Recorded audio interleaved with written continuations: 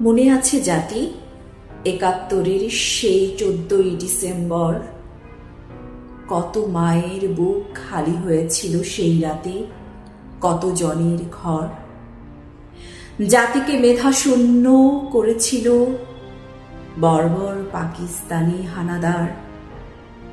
প্রাণ দিয়েছিল সেলিনা পারভিন, মনির চৌধুরী, শহীদুল্লাহ কায়সার। রাজাকার আল বদর করেছিল পাকিস্তানিদের সহায়তায়। বাড়ি ফিরেননি আলিম চৌধুরী, জ্যোতির্ময় গৌর ঠাকুরতা। গুণীদের হারিয়ে পুষ্প কানন সেদিন হয়েছিল শ্মশান গোরস্থান।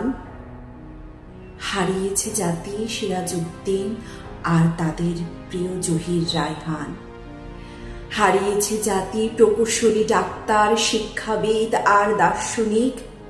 দেশ জুড়ে উঠেছিল গগন বিদারু চিৎকার, আর শোক ছড়িয়েছিল দিক বিদিক।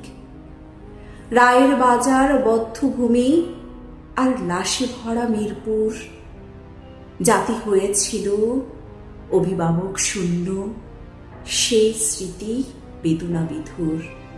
হেসে কুটি কুটি হয়েছিল রাজাকার আল বদর আর পাকিস্তানি হানাদার। বাংলা মায়ের বুক হয়েছিল শূন্য, সারা দেশ জুড়ে হাহাকার। রক্ত দিয়েও কবু শোধ হবে না কো এই শহীদদের ঋণ। আজই তো সেই ১৪ই ডিসেম্বর, শহীদ স্মৃতির দিন। তাদেরকে কবু ভুলে যাবার নয়, মনে পড়ে নিরবধি পুষ্পমাল্য আর শ্রদ্ধাঞ্জলিতে জাতি ভরা এই স্মৃতিসৌধের বেদী।